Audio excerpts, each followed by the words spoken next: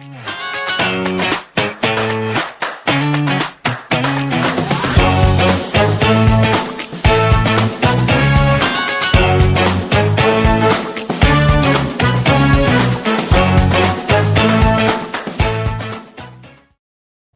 morning and welcome to another episode of Moms in Real Estate in the Morning. Do you hear my phone ringing? I feel like it's Monday morning tradition for my phone to just start ringing. I'm so excited, though, to be here with you, Kristen, and with Katie. I feel like anybody that's inside Moms in Real Estate should absolutely know who Katie is. So Katie is a national title partner of ours. And I feel like you are the biggest and best champion of other moms in the community. And I just love reading your success stories all the time. Aww. So we're excited to just help our community get to know you better today, friend. I appreciate it. Yeah, I love any and every excuse I have to sing one of the Moms in Real Estate's phrases. It's like the best feeling ever. So I know. I love your stories because it's like we can all like post about what we do and whatever, but I feel like the stories are just like always where it hits and where people can see like, oh my gosh, like that's what it's like. I feel like she's talking to me, you know? So I love all the stuff that you share. yeah, I mean, the Moms in Real Estate, it's just like we all get it. We know that besides real estate being crazy for any and everyone that's in real estate, we also have our kids that are in like sports, or you have a newborn plus a 6-year-old and you're bouncing around between drops off with different kids, and we all just get it. So I think that we are like super impressive that we're able to somehow find a way to balance it all, even though it might not feel like it at the time. So being able to like sing a mom's praise, like she got this deal done in the middle of sending her one off to college and she has one in 4th grade. And, you know, like I love those stories. So Me too. I love it too. And, you know, as an agent still in production myself, like I just think it's so valuable to have a genuine relationship with your title officer and your escrow company and all the things. Just this weekend this last week, I've been working on a listing, and it's kind of a unique situation because the primary contact is like a friend of the sellers and not the sellers. And so I've been able to have like very limited contact with the seller directly. And so I've like been trying to navigate that. And it was so funny because literally in my head, I was like, oh, dang, like I should just call title and ask them like what they can do to help me to have like an additional layer of protection to make sure that we have the correct seller authorization. And so anyways, I just love that because I feel like, Katie, sometimes moms are like, well, like you were talking about it, like our bandwidth is limited. Like we don't have time to go network and mix and mingle and like meet all these industry people. But I love that inside of our community, they can, and then you can be that kind of resource, right? yeah, for sure. And I always want my clients to feel like it's kind of where the homegirl brand came from with the podcast and everything else. Like I want them to feel like I'm their friend too, that I'm, you know, I want to hear about their kids or their weekend or their holidays on top of the real estate stuff. So that way, when we are going through, you know, a stressful transaction where there's a lot going on, it feels easy to just text me real quick and be like, what's going on with this? Because we're in constant communication anyway.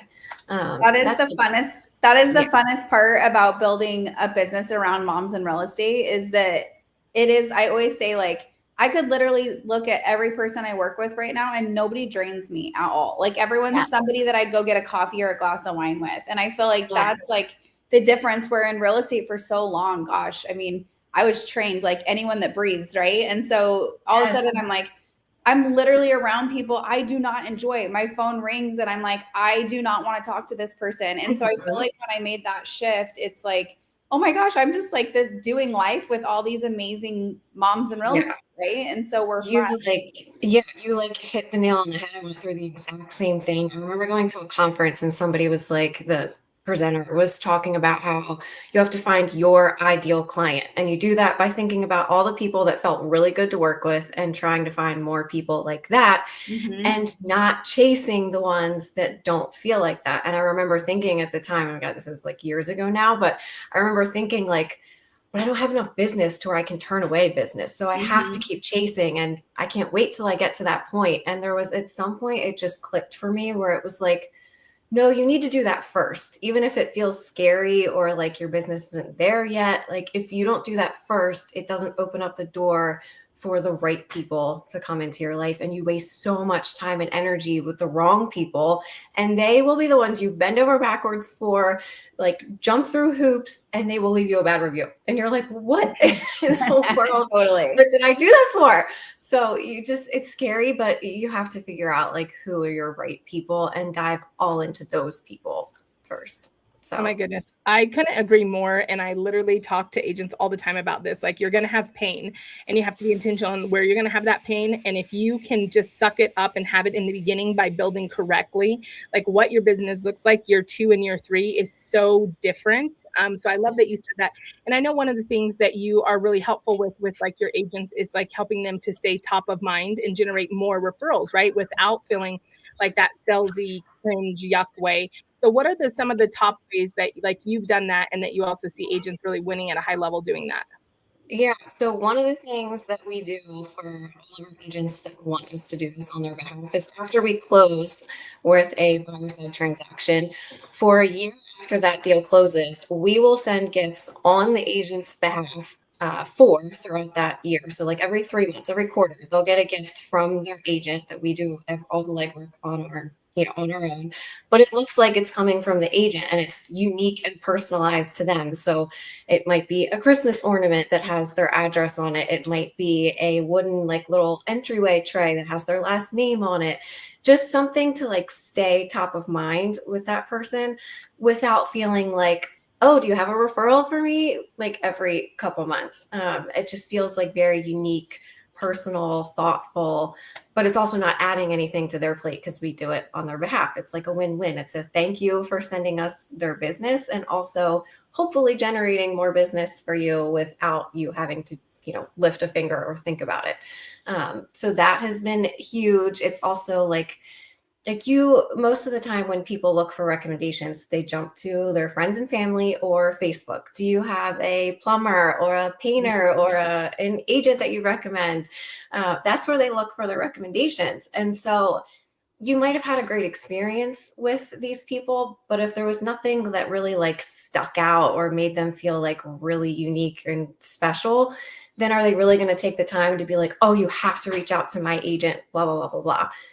Probably not. But if they just got a random gift for you for no reason at all that they weren't expecting, that was like unique and personal to them, they probably are going to like sing your praises and go out of their way to, try and get you more business. So that is something that I'm super proud of, that I feel like goes a long way.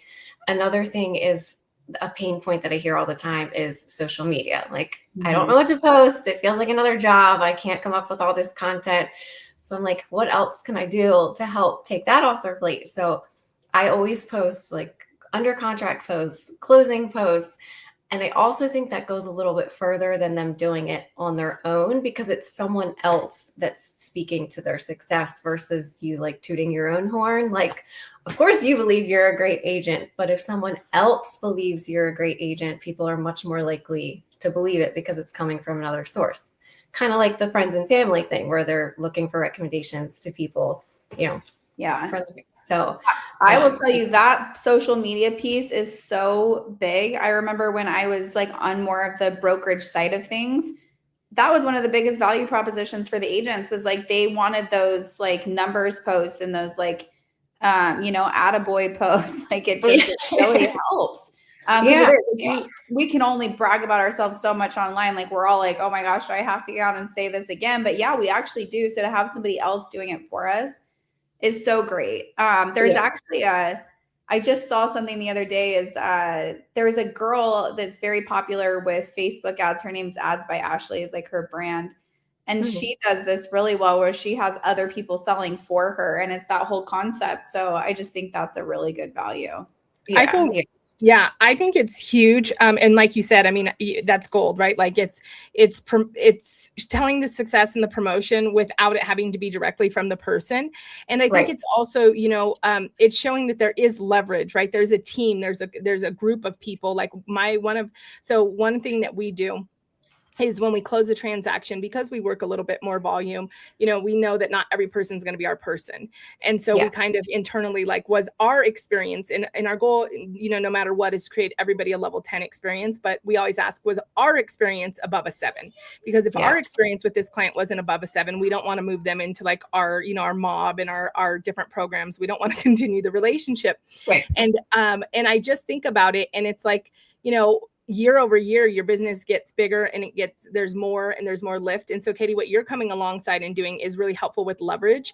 And I think that the thing I was thinking about is that I love that you have found a way to do it, because I've never been shy about leverage. I've always been fine to go to the people that I directly, for lack of better words, spoon feed deals and opportunities to, and say like, hey, how can you help me to better serve my people and better serve my clients and do these things?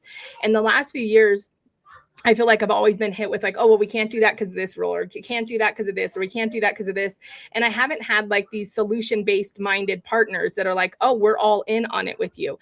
And I just think that when you get that tribe, right? Like my perfect client that I always am trying to replicate the experience, they literally gave us a plaque at closing. It was like, you get like a football trophy, and it had like our picture, and it was like the dream team. And they always talked about how we helped them assemble their dream team, from their lender to their title officer to everybody, like it was their dream team. And so that's always my goal. And so I love that. Do you find that you can do this in all markets? Because obviously we have agents in all markets. So is there any limitations to where you can offer this support? We do it in all markets. Like there's obviously ways to go about it to be RESPA compliant and things like that. So in some of them, we might need to make sure that our contact information is also listed somewhere in the packaging to the gift, or like just like little nuances like that.